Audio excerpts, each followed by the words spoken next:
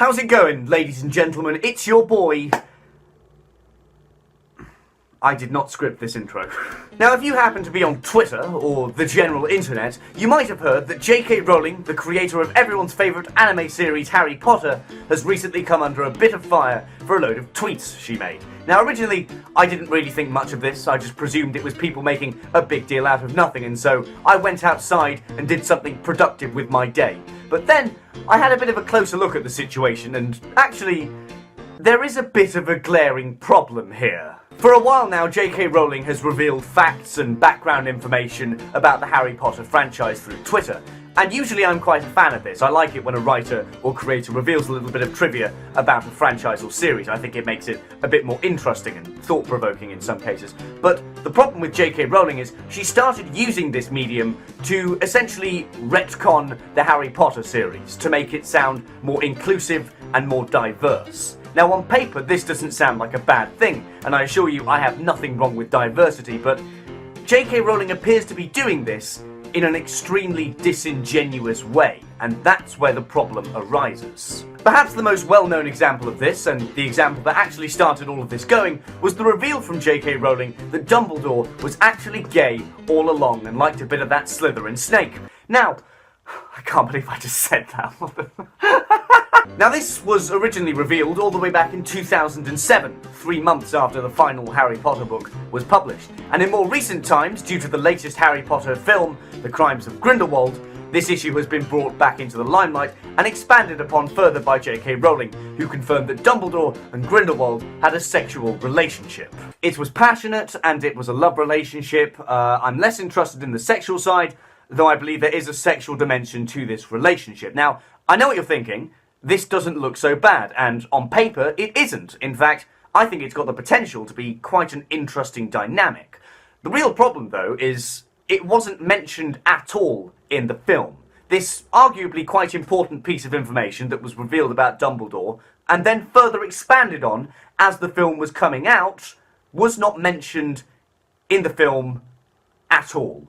And all this makes the entire reveal sound incredibly disingenuous, in my opinion. Essentially, JK Rowling will make an inclusive or diverse reveal about a character, sometimes completely out of nowhere, and this will get her some brownie points with the LGBT community. But then, once she's made that reveal, she won't throw it any weight. She won't show it, she won't act on it, and so therefore, the Harry Potter franchise will keep getting some mainstream appeal. And when you think about it, when you really put it like that, it makes the whole situation look extremely hollow. Of course, the Dumbledore reveal isn't the only example of this. Here's a tweet from JK Rowling where she claims that a background character called Anthony Goldstein was in fact Jewish all along. Now, as far as I'm aware, Anthony Goldstein is briefly mentioned in the books. I don't think he's even seen in the films. He's essentially just a background character whose name is thrown about a couple of times. And all of a sudden, he was Jewish all along. I highly doubt when JK Rowling was writing the Harry Potter franchise, she sat down and went, I'm going to specifically invent one background character and make him Jewish. It's more likely that JK Rowling just went back through her books, looked at all the background characters, and found the one with the most Jewish-sounding name, and just decided to make him Jewish. It's just unneeded. I've found that a lot of these out-of-the-blue reveals from JK Rowling are completely pointless and totally unneeded in most cases. For example, Hogwarts didn't always have bathrooms. Before adopting Muggle plumbing methods in the 18th century, witches and wizards simply relieved themselves wherever they stood and vanished the evidence. So you're telling me that witches and wizards used to just shit on the floor and vanish it? Right. Why did I need to know that? The vanishing spell is considered one of the tougher spells and is usually taught in the 4th or 5th year. So younger students would have to take a dump in the corner and then go find someone to vanish it for them. Do you see what I mean? Why is this needed? Why does this need to be part of the official Harry Potter canon? Why does one random background character need to be Jewish? It's just pointless in most cases. It's totally unneeded. I don't understand why most of these changes are being made. It's a brilliant franchise as it is. Leave it alone. I think the reveal that pisses me off the most comes again from The Crimes of Grindelwald, where we're shown that Nagini, Voldemort's pet snake, was in fact a woman at first who had the ability to transform into snakes, and over time she found it harder and harder to turn back into a human, eventually stuck as a snake, and was eventually killed by the absolute alpha male known as Neville Longbottom. Now, I don't really have an issue with that concept, but what really annoys me is that on Twitter, JK Rowling claims to have been planning that for 20 years. No, you weren't. Who are you trying to fool here? You do realise everyone's laughing at you, right? So let me get this clear in my head. What you're telling me, just kidding Rowling, is that 20 years ago, you had already planned to make a blockbuster prequel film to a book franchise you hadn't even finished writing yet. And in said film, you were going to reveal that a snake was in fact a woman all along.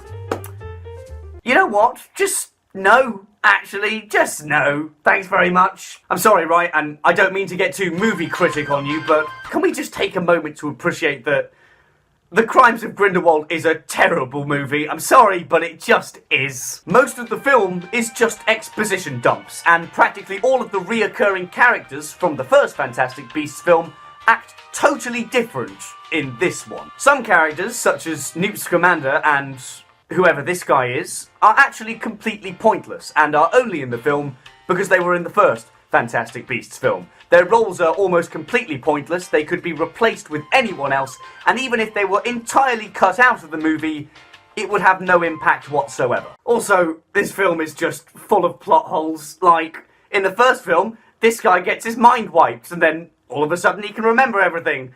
And in the first film, this guy just fucking explodes, and then all of a sudden, he's absolutely fine and he's got a better haircut. And Professor McGonagall's in this film as well, even though this film is set in the 20s, and she was born in 1935. Basically, the only good thing about this film is Jude Law and his fabulous beard. Damn. Poor man's hairline is almost as bad as mine. I realise that was quite the tangent, and I apologise for that, but Mother Moocake just really needed to get that off his chest, to be honest. It's been bugging me for a while. Another worrying case of JK Rowling's retcons comes from Harry Potter and the Cursed Child, a stage play sequel to the original 7 books. Now, in the stage play, a black woman was cast as Hermione, and in the original books, Hermione Granger was white. Now, this isn't really an issue on its own. Yes, it's a minor continuity problem, but it really doesn't matter that much. It's just a case of the best person being cast for the job, and in my opinion, she did a very good job with what she was given. Of course, JK Rowling didn't say this. She instead went to Twitter and claimed that Hermione might have actually been black all along. You've got to be joking me. Canon, brown eyes, frizzy hair, and very clever. White skin was never specified. Well, yes, it was, actually, right here in one of the books. Also, all of the pictures of Hermione Granger used for the books portray her as a white person, and I'm pretty sure all of those pictures have to be approved by JK Rowling, so meh? Again, I don't have an issue at all with Hermione being cast as a black woman. I don't think that's a problem in the slightest. My issue, though, is I don't understand why JK Rowling couldn't have just said, yeah, we cast the best person for the job. Deal with it. I don't understand why there has to be some sort of nonsensical canon explanation for everything. And I don't understand why she'd attempt to retcon a character in this way. Much like all of her reveals and her retcons, this one seems completely unneeded and pointless. And all of JK's random reveals and retcons have led to her being memed into oblivion across all of Twitter and the internet. And I can say this confidently, they are some of the funniest memes I have seen in a very long time. No one. JK Rowling. Dumbledore doesn't blink during sex and only eats cabbage. Harry actually caused the Cuban Missile Crisis. He was Fidel Castro's mum. Ironically, this one makes more sense than some of JK Rowling's legitimate Harry Potter reveals. Anyone. JK Rowling. Dobby assassinated Princess Diana. Oh, God. As a rat, Peter Pettigrew used to crawl up his victim's ass to kill them. And perhaps the most well-known JK Rowling meme so far, JK Rowling reveals that you, the reader, were gay all along. Oh my goodness, what a reveal. This is so epic. Can we get 5 likes? Even 9gag is memeing on JK Rowling, and I haven't heard of 9gag since 2012. I'm pretty sure they're still stuck in 2012. All I'm saying is, if it's got to the point where even 9gag are memeing on you, your situation is pretty dire. And when she's not retconning the Harry Potter franchise and basically running it through the ground, she's claiming PewDiePie is a fascist. Do you remember a couple of years ago when the Wall Street Journal, the most degenerate journal company I've ever seen, do you remember when they took a PewDiePie joke out of context and used it in an article to claim he was a Nazi? Do you remember that? Yeah. JK Rowling believed that. She thought it was legitimate. Oh my god.